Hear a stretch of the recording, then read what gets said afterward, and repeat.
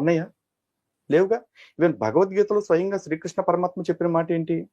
ఏదేమాం ప్రపద్యంతే తాం తదైవ భజామ్యహం. మమ వర్త్మానువర్తంతే మనుష్యాః పార్థ సర్వశః అని చెప్పారు.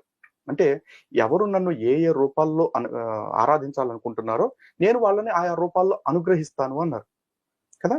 అంతేగాని ఆడు నన్ను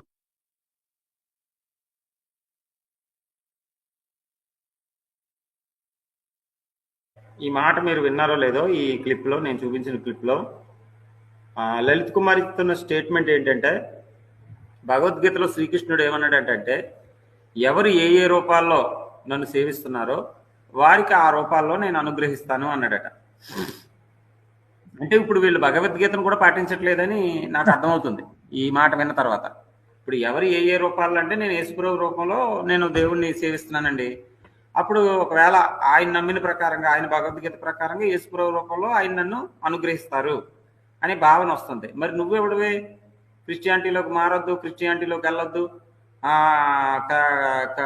క్రైస్ట్ అబద్ధం, లేకపోతే బైబిల్ అబద్ధం అని పొద్దు నుంచి సాయంత్రం దాకా పిచ్చి పిచ్చి కోతలు కోతావు అంటే, ఇప్పుడు నువ్వు ఏదైతే భగవద్గీతలో చదివావో అది నువ్వు పాటించట్లేదు.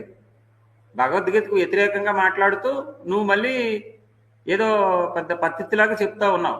మీకు అర్థమైందండి? ఇప్పుడు ఈ విషయం గుర్తించండి.